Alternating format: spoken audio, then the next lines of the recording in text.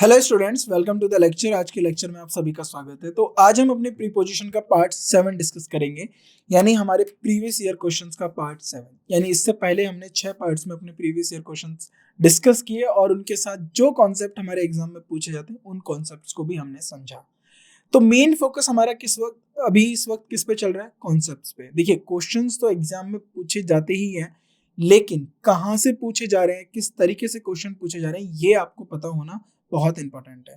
तो आपको ये कैसे पता चलेगा? जब आप क्वेश्चंस देखोगे, पढ़ोगे और उसके बाद उसको एनालाइज करोगे कि ये क्वेश्चन आया कहाँ से। अगर ये प्रीपोजिशन का क्वेश्चन है तो प्रीपोजिशन के किस टॉपिक का, या फिक्स प्रीपोजिशन का है, या प्रीपोजिशन के बाद नाउन को लेकर है, या उसके कॉन्सेप्ट्स को लेकर है, टाइम प्रीपोजिशन है, प्लेस प्रीपोजिशन है, मैनर प्रीपोजिशन है, किस तरीके का क्वेश्चन है, ये आपको पता होना चाहिए।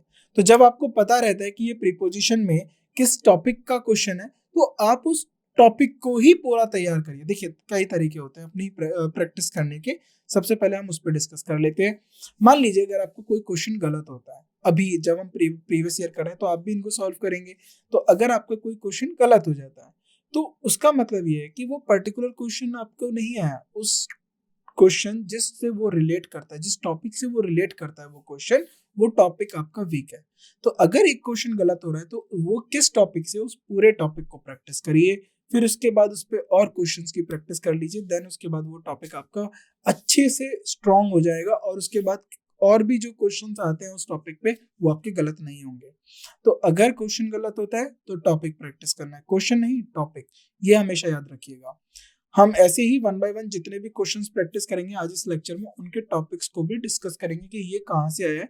इसके लिए मैं आपको हेल्प करूंगा कि ये कौन सी जगह से या किस टॉपिक से रिलेट करता है आपका ये क्वेश्चन। राइट। सो क्वेश्चन 1 से हम अब अपना ये लेक्चर स्टार्ट करते हैं। Question number 1, serious charges of corruption were levied against him. Were levied का मतलब है कि उसके ऊपर लगाए गए, कि serious charges of corruption. Right. तो यहाँ पर है वर लेविड की जगह पर क्या आएगा? वर पुट, या लेवल्ड, या मेड। तो जब भी आप बताते हो ना कि सीरियस चार्जेस किसके ऊपर लगाए गए, तो लिविड नहीं आता है, लेवल्ड आता है। राइट, लेवल्ड आता है। क्यों? लेवल्ड का मतलब होता है कि किसी के ऊपर चार्जेस को लगाना। राइट। तो यहाँ पर किस में एरर हो जाएगा? एरर का मतलब एरर नहीं ढूंढना है, यहाँ पर हमें देखना है कि जो प्रीपोजिशन हुआ है या फिर जो हमने वर्ड यूज करा है, राइट, क्या वो सही है या उसकी जगह पे कोई और प्रीपोजिशन आ सकता है। राइट। सो लेवल्ड के साथ हमेशा याद रखिएगा, जब भी आप लेवल्ड लिखोगे, लेवल्ड के साथ हमेशा अगेंस्ट आता है। और अगेंस्ट जो है ना, यहाँ पर ये प्रीपोजिशन है। कैसे पता प्रीपोजिशन है? क्योंकि इसके बाद आपको एक नाउन देखने को मिला है, हिम। और ये जो हिम है ये ऑब्जेक्टिव केस है ही प्रोनाउन का। राइट। सो इसीलिए लेवल्ड आएगा, लिविड नहीं आएगा। सो इसलिए B part is the right answer. आपको मोस्ट अप्रोप्रिएट बताना है। राइट। तो B part is the right answer. Now question number 2, during the recent floods. Floods का मतलब होता है बाढ़। जो हाल ही में आए हुए फ्लड्स हैं उनकी बात हो रही है। During the recent floods we waded through waist deep water. Waist deep का मतलब होता है कि जो कमर तक की गहराई तक पानी आया है, यानी कमर तक पानी आया, waist. Right. Deep water for almost half a kilometer. यानी उन्होंने बताया कि जो पानी था वो कितना तक, अगर कोई व्यक्ति है, ये सपोज कोई एक पर्सन है इस तरीके से, राइट, तो यहाँ तक उसकी कमर तक का पानी था। वेस्ट डीप वाटर फॉर कितना? आधे किलोमीटर तक का। वेडेड थ्रू। अब वेडेड थ्रू के लिए बताना है कि यहाँ पर कौन सा प्रीपोजिशन राइट है। वेडेड थ्रू के लिए शफल्ड थ्रू आएगा, वॉकड ओवर आएगा, स्किप्ड थ्रू आएगा। तो यहाँ पर जो राइट प्रीपोजिशन है वो वेडेड थ्रू होगा। राइट। तो आपका होमवर्क है इसका मीनिंग बताना है, क्योंकि ये हमने थ्योरी में कवर किया है। राइट। तो इसका मीनिंग बताइए क्या है। तो यहाँ पर ये बिल्कुल ठीक है, इसमें कोई इंप्रूवमेंट की जरूरत नहीं है, no improvement. Now question number 3, in Gujarat, communal violence and rioting ignited up twice in the late 70s and early 80s। देखिए, अब बात क्या हो रही है? ये कम्युनल वायलेंस और रायोटिंग की बात हो रही है। और इग्नाइटेड अप, इग्नाइटेड का मतलब होता है कि देखिए, इग्नाइट हम बेसिकली कहते हैं कि आग जलाना, लेकिन यहाँ पर इग्नाइट का मतलब है कि भड़काना। Ignited up twice in the late 70s, यानी लेट 70s में और अर्ली 80s में दोबारा ये उभर उठे। राइट। इग्नाइटेड, तो इग्नाइटेड का मीनिंग बताना है। फ्लेयर्ड होगा, बर्न होगा, टुक होगा, नो इंप्रूवमेंट होगा। तो हमें बताना है कि इग्नाइट की जगह पर यहाँ पर क्या होगा। तो इग्नाइटेड की जगह हम यहाँ पर क्या यूज कर सकते हैं? फ्लेयर्ड। राइट। सो यहाँ पर अगर writing flared, right, flared up twice in the late 70s and 80s. So A is the right answer. Now question number 4. That fellow trumped up a story. That fellow trumped up a story. Right. अब बताना है translated या sang with the music of trumpet या concocted या copied. तो आपको यहाँ पर मीनिंग बताना है। देखिए, that fellow trumped up a story, trumped up का मतलब होता है कि किसी स्टोरी के बारे में बताना। अब ट्रम्फिट मत समझिए। ट्रम्प, देखिए एक होता है ट्रम्फिट, ट्रम्फिट क्या होता है, एक म्यूजिकल इंस्ट्रूमेंट होता है, या फिर सैंग with the music of trumpet. यहाँ ट्रम्फिट का मतलब ये नहीं है, यहाँ ट्रम्प्ड अप का मतलब नहीं है, ट्रांसलेट नहीं है, कॉपी नहीं है, सैंग नहीं है। ट्रम्पेट क्या है कि उसने अपनी story, that fellow trumped up a story, यानी उसने एक स्टोरी को लेकर बताया। तो यहाँ पर आएगा कॉनकॉक्टेड, right. C is the right answer. She insisted to go there through her husband cautioned her on it. Right. She insisted to go. वो वहां जाना चाह रही थी. Right. Through her husband cautioned on him. Caution her on it का मतलब होता है warn करना. Right. तो अब यहाँ पर instead के साथ to go आएगा या फिर ongoing होगा, upgoing होगा या going होगा। तो instead ongoing, instead के साथ क्या आएगा, to go नहीं आएगा, instead ongoing। इंस्टेड के साथ क्या आता है, ऑन आता है, याद रखिएगा, इंसिस्ट ऑन, इंसिस्ट के साथ ऑन आएगा। अब यहाँ पर देखिए पहली बात, अब मैं इसको ऐसे बोल देता हूँ, अगर मैं यहाँ पर ऑन को लिख देता, क्या ये सही होता, ये गलत हो जाता। क्यों, जरा ध्यान से देखिए। अगर यहाँ पर इंसिस्ट क्या है, एक वर्ब है, और वर्ब के साथ हमने प्रीपोजिशन पढ़े थे, तो इंसिस्ट के साथ हमें पता है ऑन आता है। अब ऑन यहाँ पर क्या है, एज अ प्रीपोजिशन है। ऑन यहाँ पर क्या है, प्रीपोजिशन है।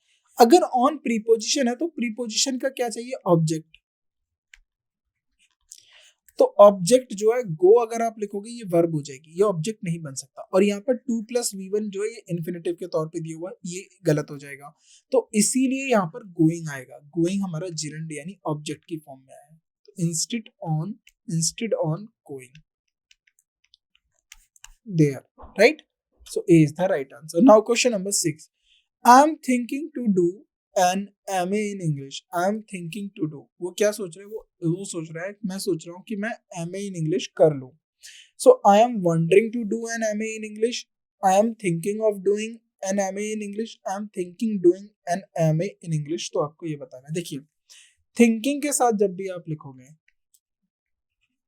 थिंक, अब थिंक के साथ देखिए, थिंक के साथ क्या आएगा, वंडरिंग तो नहीं आएगा, वंडरिंग का मतलब नहीं हो रहा, वंडरिंग अलग सेंस में चला जाएगा। तो आपको यहाँ देखना है कि ऑफ डूइंग आएगा, थिंकिंग डूइंग आएगा। Think, I am thinking doing गलत हो जाएगा, थिंकिंग भी डूइंग भी दोनों प्रेजेंट पार्टिसिपल आ गए, लेकिन यहाँ पर ये एज अ वर्ब की तरह काम कर रहा है थिंकिंग, और डूइंग क्या कर रहा है, डूइंग तो गलत है, राइट। सो ये गलत हो जाएगा। अब जरा बी को देखना है आपको और ए को देखना है। अब अगर हम थिंक के बारे में, वर्ब जब वो हमारी वर्ब है थिंक, थिंक ऑफ होता है, राइट, थिंक ऑफ, तो यानी थिंकिंग ऑफ, राइट। तो यहां पर आ जाएगा थिंकिंग ऑफ। तो ऑफ क्या हो जाएगा, प्रीपोजिशन, राइट। थिंकिंग किस बारे में सोच रहा है, वो MA करने के बारे में सोच रहा है। तो वो MA करने के बारे में सोच रहा है, तो यानी एक्शन है वो। तो thinking of doing an MA, right, thinking of doing an MA, तो of doing an MA in degree. तो यहाँ पर MA क्या है, यहाँ पर MA जो है डिग्री को रिप्रेजेंट कर रहा है, कोर्स को रिप्रेजेंट कर रहा है, कि वो MA कोर्स करने के बारे में सोच रहा है। तो थिंक के साथ ऑफ आएगा, thinking of doing MA in English. So B is the right answer. Now question number 7. Due to emergency conditions, the army was asked to stand up. Right. अब देखिए, due to emergency conditions, emergency conditions की वजह से army को बोला गया, was asked to, तो यानी ये किसी के द्वारा बोला गया है ना, तो इसीलिए हमने पैसिव फॉर्म में लिखा है कि आर्मी को किसी ने कमांड किया होगा, और कमांड क्या करा है, टू स्टैंड अप, राइट। तो स्टैंड आउट होगा, स्टैंड इन होगा, या स्टैंड बाई होगा। देखिए यहां पर मतलब समझिए कि इमरजेंसी कंडीशंस की वजह से आर्मी को बोला गया कि आप तैयार रहिए। आप तैयार रहिए का मतलब कि कभी भी आपकी जरूरत पड़ सकती है, आर्मी की जरूरत पड़ सकती है। तो स्टैंड अप नहीं होगा, स्टैंड बाय। आप स्टैंड बाय में रहिए, यानी आप एक्टिव मोड में रहिए, कभी भी आपकी जरूरत पड़ सकती है, स्टैंड बाय। राइट। तो ये आपने बहुत कॉमनली, अगर आप अच्छी बुक्स या फिर कोई ऐसी वॉर रिलेटेड मूवीज पढ़ते हो तो वहां पर लिखा होता है स्टैंड बाय, राइट। तो स्टैंड बाय का मतलब होता है कि दे आर रेडी, रेडी हैं, उनको बस कमांड करने की जरूरत है, आदेश देने की जरूरत है, दे आर रेडी, तो उसको हम बोलते हैं स्टैंड बाय। तो सी पार्ट को हम करेक्ट करेंगे यहाँ पर। The matter has been sorted out, तो सॉर्टेड आउट का मतलब क्या होता है, पहले आप ये समझ लीजिए, the matter has been sorted out. तो यहाँ पर ये बताया जा रहा है कि जो मैटर था, जो प्रॉब्लम थी, वो सॉल्व कर दी गई है, राइट, कर दी गई थी। तो रिवाइज्ड होगा, सपोर्टेड होगा, रिजॉल्व होगा, चेंज्ड होगा। तो यहाँ से आप खुद ही समझ सकते हो इतना मीनिंग कि द मैटर हैज बीन, तो मैटर को क्या कर दिया गया है, सॉल्व कर दिया गया है। तो सॉर्टेड आउट का मतलब होता है रिजॉल्व, लेकिन ये पास्ट की बात हो रही है, the matter has been resolve, right. तो मैटर रिवाइज नहीं होगा, सपोर्ट नहीं होगा, चेंज नहीं होगा, मैटर को रिजॉल्व कर दिया गया है, यानी 8 पार्ट में सी आएगा। द नोवेल कंसिस्ट 1000 पेजेस, तो ये बताया जा रहा है कि नोवेल क्या कंसिस्ट करती है, राइट, 1000 पेजेस कंसिस्ट करती है, यानी नोवेल के 1000 पेजेस हैं। तो कंसिस्ट के साथ आएगा कंप्राइजेस ऑफ हो सकता है, या कंसिस्ट ऑफ हो सकता है, या कंपोजेस ऑफ हो सकता है, राइट। तो जब भी आप कंसिस्ट के साथ कोई अगर वर्ब लिखोगे तो novel consist of, consist of, right. तो यहाँ पर आ जाएगा द नोवेल कंसिस्ट ऑफ के बाद बता दिया आपके पेजेस क्या हो गए। देखिए याद रखिएगा, पेजेस, पेज और पेजेस, राइट, ये आप क्या लिख सकते हो, इसको नाउन, और ये सिंगुलर और प्लूरल लिख सकते हो। आप पेपर्स नहीं लिख सकते, याद रखना, पेपर्स नहीं लिख सकते, पेपर्स नहीं लिख सकते, क्योंकि पेपर एक मटेरियल होता है, और पेपर्स लिख दिया तो उसका मतलब मीनिंग चेंज हो जाता है, राइट। तो पेजेस आता है, तो यहाँ पर कंसिस्ट ऑफ हो जाएगा, राइट। तो इसमें आपका B is the right answer. Now question number 10, you abstained to speak ill of other. You abstained का मतलब क्या होता है, आपको रोक दिया गया है, जिसको निषेध कर दिया गया है, मना कर दिया गया है, किस बारे में, to speak ill of others, दूसरों के खराब यानी दूसरों के गलत बोलने के लिए आपको मना कर दिया गया है। अब यहाँ पर आपको बताना है टू स्पीक आएगा या क्या आएगा। यू एब्सटेन्ड, एब्सटेन्ड के बाद टू आता है, फ्रॉम आता है, तो क्या वर्ड यूज होता है आपको वो बताना है। तो एब्सटेन्ड, एब्सटेन्ड जब आप करते हो तो आपको एब्सटेन्ड किस चीज के लिए किया गया है, तो उसके लिए जो राइट प्रीपोजिशन होता है एब्सटेन फ्रॉम, एब्सटेन डूइंग, तो यानी फ्रॉम डूइंग समथिंग, किसी चीज को करने से मना कर दिया गया। तो abstain from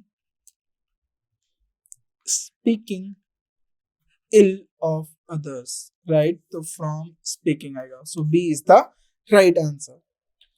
Now question number 11, C scored off on the idea of revolution. C scored off, अब किसके ऊपर, स्कॉर्ड ऑफ, स्कॉर्ड ऑफ के बाद बताना ऑफ होगा, फोर होगा, एट होगा, अबाउट होगा। तो C scored off, scored on the idea of revolution, तो स्कॉर्ड के साथ आता है at, C scored, scoffed at the idea of revolution, right? So B part is the right answer. Now question number 12, you must apologize with him for this, तो उसको बोला गया कि आपको माफी मांगनी चाहिए, you must apologize। अब apologize के साथ with him, किसके, उसके साथ आपको apologize माननी चाहिए, for this, इसके लिए। तो apologize for की जगह आपको ये टू आएगा, ऑफ आएगा, या ओ डबल एफ आएगा, तो क्या आएगा। तो देखिए you must apologise with him, किस बात के लिए अपोलोजाइज करना चाहिए, फॉर, देखिए ध्यान से देख लीजिए, अब अपोलोजाइज को मैं आपको समझा देता हूं। अपोलोजाइज समवन, राइट, अगर आप किसी चीज से, किसी व्यक्ति से माफी मांगते हैं तो अपोलोजाइज विद समवन। अपोलोजाइज अगर आप किसी घटना को लेके माफी मांग रहे हैं, अपोलोजाइज समथिंग, कि मुझे ऐसा किया, उस एक्ट को लेकर मेरे को बड़ा शर्मिंदा है, तो अपोलोजाइज फॉर समथिंग, राइट। तो यहाँ पर for is correct, with is correct, right. So यहाँ पर कोई इंप्रूवमेंट की जरूरत नहीं है, दोनों स्टेटमेंट ठीक है। Now question number 13, his verbal apology, apology का मतलब होता है माफी, राइट, माफीनामा। His verbal apology does not absolve him for the sin, sins का मतलब होता है पाप, यानी उसकी वर्बल अपॉलॉजी उसको माफ नहीं कर देगी जो उसने किया, राइट। अब यहाँ पर बताना है कि does not absolve him of the sins होगा, does not absolve him, for the sins होगा, या does not absolve him of the sins होगा, राइट। तो आपको इसमें बताना है करेक्ट वर्ड कौन सा है, राइट। सो देखिए, ही डज, अब his apologise does not absolve him, अब किस चीज को लेकर बात हो रही है, तो इसमें हो जाएगा of the sins, C is the right answer, absolve him of the sins. His verbal apology does not absolve him of the sins. C is the right answer. Now, question number 14. The patient has been advised rest by the doctors attending for him. The patient, अब patient को क्या करा गया, advice किया गया। The patient has been advised rest by the doctors attending for him, तो patient को advice किया गया, right. The patient has been advise rest by the doctor, तो एडवाइस किस लिए करा गया, रेस्ट करने के लिए, किसके द्वारा, डॉक्टर्स के द्वारा, राइट। अटेंडिंग फॉर हिम, जो डॉक्टर्स उसको अटेंड कर रहे थे, तो अटेंडिंग टू हिम होगा, अटेंडिंग ऑन हिम होगा, अटेंडिंग हिम होगा, तो आपको राइट बताना है। तो देखिए यहाँ पर बात किसकी हो रही है कि जो पेशेंट, अब पेशेंट को क्या एडवाइस किया गया, रेस्ट करने के लिए, किनके द्वारा, डॉक्टर्स के द्वारा, जो डॉक्टर्स उसको अटेंड करे थे। द डॉक्टर्स अटेंडिंग हिम आएगा, फॉर हिम नहीं आएगा, the doctors attending him, C is the right answer. Now, question number 15. The scandal involving a high official was hushed up by the authorities. Right, तो उसको, right, जो scandal में high official जो involve था उसको authorities ने हस्ड up यानी पकड़ लिया या उसको, राइट। सो हस्ड अप की जगह क्या आएगा, अबंडेंड होगा, डिस्कार्डेड होगा, एलोबरेटेड होगा, सप्रेस्ड होगा, राइट। तो अब आपको बताना है कि देखिए, तो इसका मतलब है कि हस्ड अप का मतलब है कि उसको पकड़ लिया गया, राइट। सो सप्रेस्ड, दबा दिया गया, पकड़ लिया गया, सप्रेस्ड बाय द अथॉरिटीज, तो एलिबरेटेड नहीं हो सका, डिस्कार्डेड नहीं होगा, अबंडेंट नहीं होगा, सप्रेस्ड होगा, suppressed by the authorities. I congratulated him on his promotion, तो कांग्रेचुलेट के साथ आपको मैं बता देता हूँ, बहुत बार गड़बड़ होती है और ये हमने पहले भी क्लासेस में डिस्कस कर चुका है। कांग्रेचुलेट जब आप करते हो यानी बधाई देते हो, तो ऑन डूइंग समथिंग, किसी चीज को लेकर करते हो, तो कांग्रेचुलेट के साथ ऑन आता है। I congratulate you on getting success in the examination, I congratulate you on the winning of elections, right. तो आई कांग्रेचुलेट हिम या यू ऑन योर प्रमोशन, तो कांग्रेचुलेट के साथ हमेशा ऑन आएगा, तो ये राइट है। I congratulated him on his promotion, so there is no improvement, because of नहीं आएगा, ड्यूटी नहीं आएगा, कांग्रेचुलेट के साथ हमेशा ऑन आएगा, ये आप याद रखेंगे। Now question number 17, to hail from, अब इसको जरा ध्यान से देखिए, हेल फ्रॉम का मतलब क्या होता है, तो यहाँ ऑप्शन है कॉल, रिसीव, कम फ्रॉम या अराइव।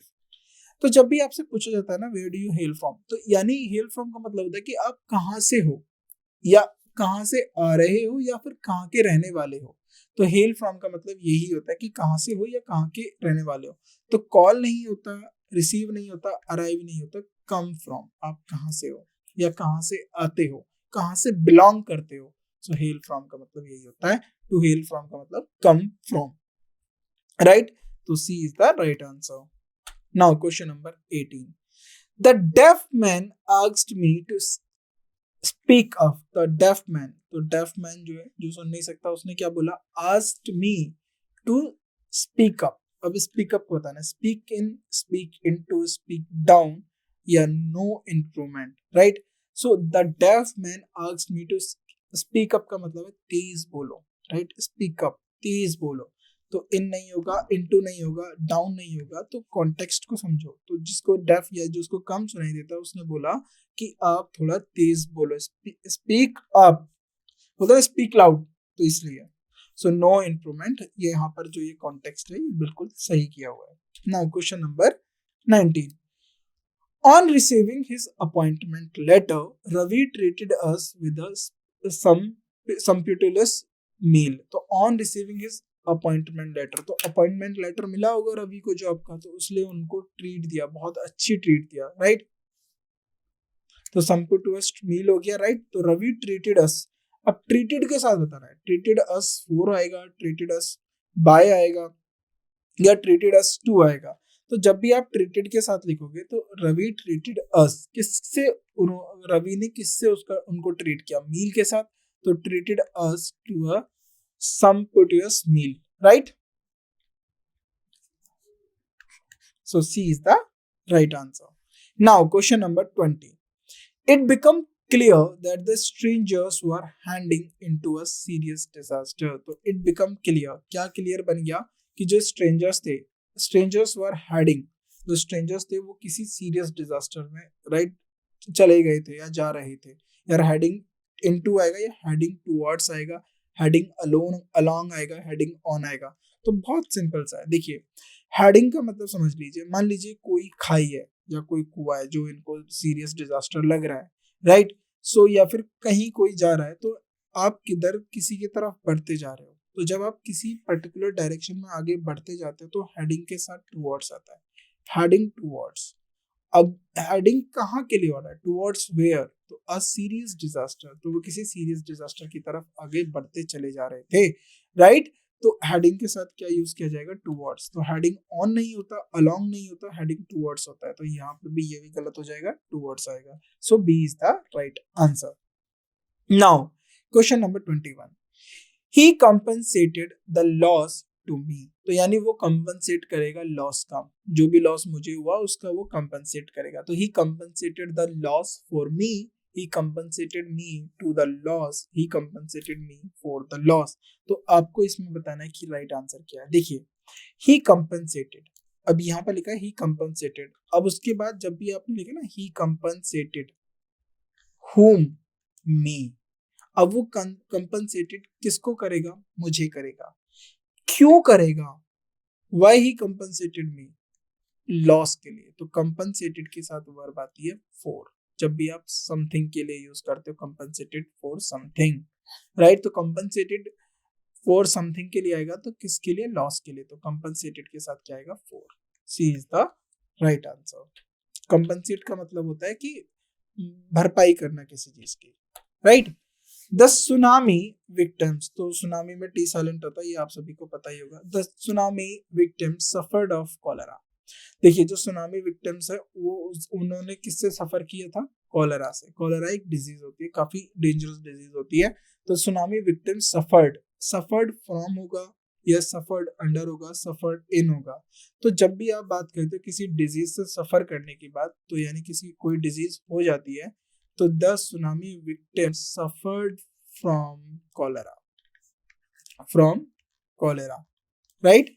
तो tsunami victim suffered from cholera, तो यहाँ पर फ्रॉम राइट आंसर होगा. सो बी, सी और डी ये गलत हो जाएंगे. So A is the right answer. I gave to Sanaya the keys, अब वो बोल रहा है कि आई गेव, किसने उसको कीज दी, सनाया ने. उसने क्या दिया, देखिए गेव जो होता है ना, गेव ये होती है हमारी डाई ट्रांजिटिव वर्ब. अब थोड़ा डाई ट्रांजिटिव वर्ब के बारे में समझ लीजिए.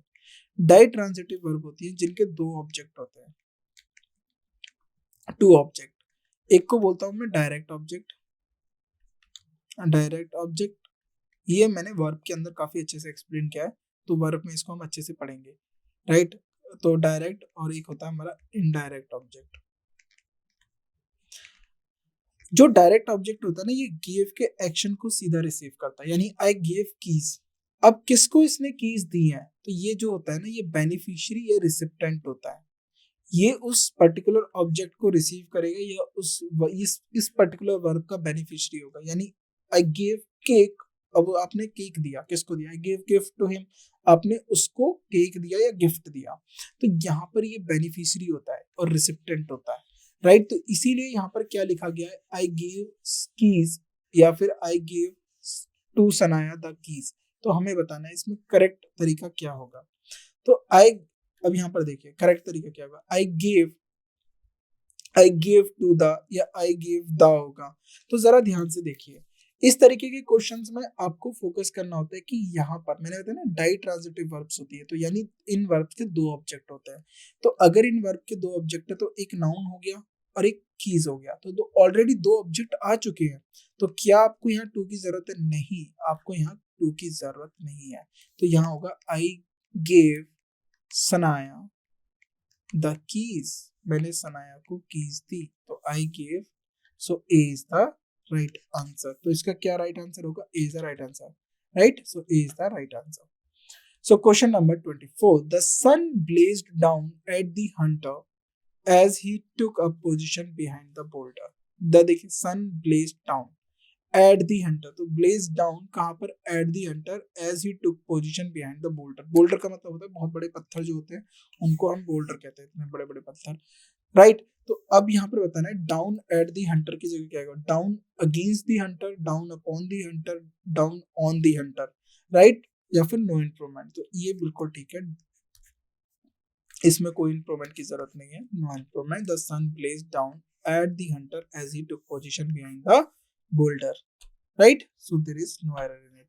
Now last question, I lost patience to my careless friend, यानी उसने बोल दिया कि वो अब जो है पेशेंस खो चुका है, किसके रिगार्डिंग? अपने केयरलेस फ्रेंड के रिगार्डिंग, यानी वो बार बार कोई गलती कर रहा होगा तो उसका जो धैर्य है वो टूट चुका है, सब्र खत्म हो चुका है। तो I lost patience to my careless friend, तो आई लॉस्ट पेशेंस फ्रॉम होगा, विद होगा, एट होगा, तो I lost patience with my careless friend. तो जो उसका पेशेंस था किससे? उसके केयरलेस फ्रेंड से, वो उसने खो चुका था, यानी उसने खो दिया। क्यों? क्योंकि वो बार बार किसी बात को मिस्टेक कर रहा होगा। तो ये जो हमने क्वेश्चंस 25 डिस्कस किए, ये कहाँ से है? ये फिक्स्ड प्रीपोजिशन से क्वेश्चंस है, याद रखिएगा, फिक्स्ड प्रीपोजिशन। अब ये फिक्स्ड प्रीपोजिशन मैंने आपको 2-3 टॉपिक्स में पढ़ाया है। वर्ब के बाद प्रीपोजिशंस आते हैं, changing the situation, changing the prepositions, right? Adjective के बाद प्रीपोजिशंस आते हैं, changing the situation, changing the prepositions. Noun, noun के बाद कुछ प्रीपोजिशंस आते हैं, changing the situation, changing the preposition. यानी देखिए, वर्ब आया, वर्ब के बाद एक प्रीपोजिशन आया, उसके बाद उसका नाउन मिलेगा। एडजेक्टिव आया, उसके बाद प्रीपोजिशन आया, उसका नाउन मिलेगा। नाउन के बाद कोई प्रीपोजिशन आया, उसका अगेन उसका नाउन मिलेगा। यानी ये प्रीपोजिशन एक बार वर्ब से भी रिलेशन बता रहा है, एडजेक्टिव से भी रिलेशन बता रहा है, नाउन से भी रिलेशन बता रहा है। तो लेकिन जो यहाँ पर प्रीपोजिशंस होते हैं, कुछ फिक्स्ड प्रीपोजिशन होते हैं जिनका कॉन्टेक्स्ट के अकॉर्डिंग मीनिंग दिया जाता है। तो ऐसे प्रीपोजिशंस आपको याद करने जिनके मीनिंग जो होते हैं कॉन्टेक्स्ट के अकॉर्डिंग होते हैं, राइट? तो इस तरीके के क्वेश्चंस जो होते हैं कॉमनली एग्जाम में बहुत बार पूछे जा रहे हैं। अभी लास्ट लेक्चर में हमने उनको PYQs की एरर की फॉर्म में देखा था, लास्ट प्रीवियस ईयर क्वेश्चंस में जो हमने लास्ट क्लास करी थी। अब इसमें देखो किस तरीके से क्वेश्चन आ रहा है। अब इसमें जो आपके क्वेश्चंस आ रहे हैं फिल इन द ब्लैंक्स के तौर पे आ रहे हैं, यानी कॉन्सेप्ट सेम है लेकिन क्वेश्चन को पूछने का तरीका अलग है। तो आपको कॉन्सेप्ट्स पे ध्यान देना। आपको ये जो लिस्ट है जो आपके साथ शेयर करी है और जो प्रीवियस ईयर क्वेश्चंस के थ्रू हम क्वेश्चंस को कर रहे हैं, इनको करना है क्योंकि ये रिपीट होते हैं, राइट? कभी ना कभी सेम क्वेश्चन आपको देखने को मिलेगा, रिपीटेशन देखने को मिलेगा। तो कॉन्सेप्ट्स पे ध्यान दीजिए, राइट? सो आपको अब यही क्वेश्चंस आगे और प्रैक्टिस करने। अगर आगे हमारे और भी क्वेश्चंस होते हैं प्रीवियस ईयर के, वो हम आपके साथ डिस्कस करेंगे और बाकी के जो भी कॉन्सेप्ट्स है उनको अच्छे से सीखने की कोशिश करते हैं, राइट? तो इसी तरीके से कॉन्सेप्ट को सीखिए, क्वेश्चंस की प्रैक्टिस करिए, थ्योरी को बार बार रिवाइज करिए। बाकी के क्वेश्चंस हम अपनी नेक्स्ट क्लास में डिस्कस करते हैं। Thank you so much.